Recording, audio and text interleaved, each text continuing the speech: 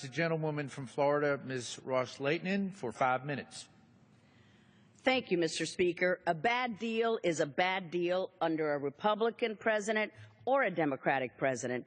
And this Iran nuclear deal is a bad deal because we have seen this movie before. We know how it ends. I have repeatedly stated that Iran has been following the North Korean playbook on exactly how to extract concessions from the United States and the international community, while simultaneously continuing to improve its nuclear program, expand its infrastructure, and support its illicit activities.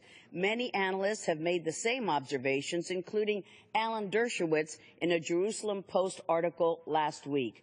It's not just how the process unfolded and how the international community fell for the tricks of the rogue regimes. Scary, because obviously Iran saw North Korea as having been the victors in its battle over its nuclear program, so naturally it would want to replicate that. But it is alarming and striking just how similar the rhetoric is between President Clinton's announcement of a nuclear agreement with North Korea and President Obama's announcement of a nuclear agreement with Iran. Let's look at the similarities that Mr. Dershowitz noted between President Clinton's remarks in 1994 and President Obama's from earlier this month. Then, Mr. Speaker, it'll be easy to understand why so many of us oppose this nuclear deal. In 1994, President Clinton said that the North Korea agreement will make the U.S., the Korean Peninsula, and the world safer. Earlier this month, President Obama said that this deal will bring about change that makes the U.S. and the world safer and more secure. In 1994, President Clinton assured the world that the North Korea deal, quote, does not rely on trust. Compliance will be certified by the International Atomic Energy Agency, end quote. Last week, President Obama proclaimed, quote, this deal is not built on trust. It's built on verification, end quote. President Clinton predicted, as now we are painfully aware inaccurately, that the North Korea agreement would be, quote, a crucial step toward drawing North Korea into the global community, end quote, and predicted the end of the rogue regime's isolation.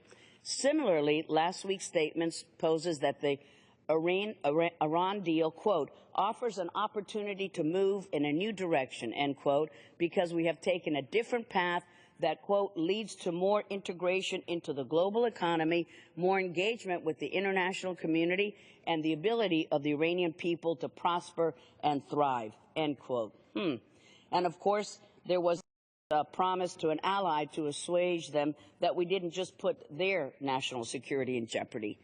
First, President Clinton reaffirmed our commitment to protect South Korea. Now, President Obama, already knowing that Israel vehemently objects to this deal and feels as though this gives Iran an existential threat to its existence and a regime that has promised to wipe the Jewish state off the map, the ultimate weapon to achieve its goals promises to, quote, continue our unprecedented effort to strengthen Israel's security, efforts that go beyond what any American administration has done before, end quote. Not only are these empty words, Mr. Speaker, but they are disingenuous to boot. When the North Korea deal was reached, one of the most significant flaws was that it failed to dismantle any of North Korea's nuclear infrastructure. The deal was designed merely to delay the North Korean bomb, not prevent it. And that is what this nuclear deal with Iran is designed to do. We saw what happened with North Korea, and we can be sure that Iran plans to follow suit.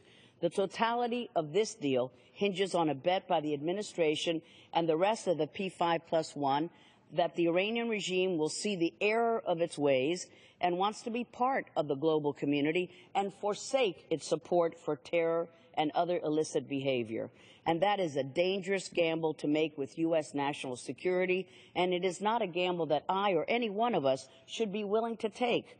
And that is why, Mr. Speaker, we must reject this deal and demand a better deal, or else reimpose the sanctions and use the only tactic that Iran understands, strength, to force it to abandon its nuclear ambitions. Thank you, Mr. Speaker, for the time. The chair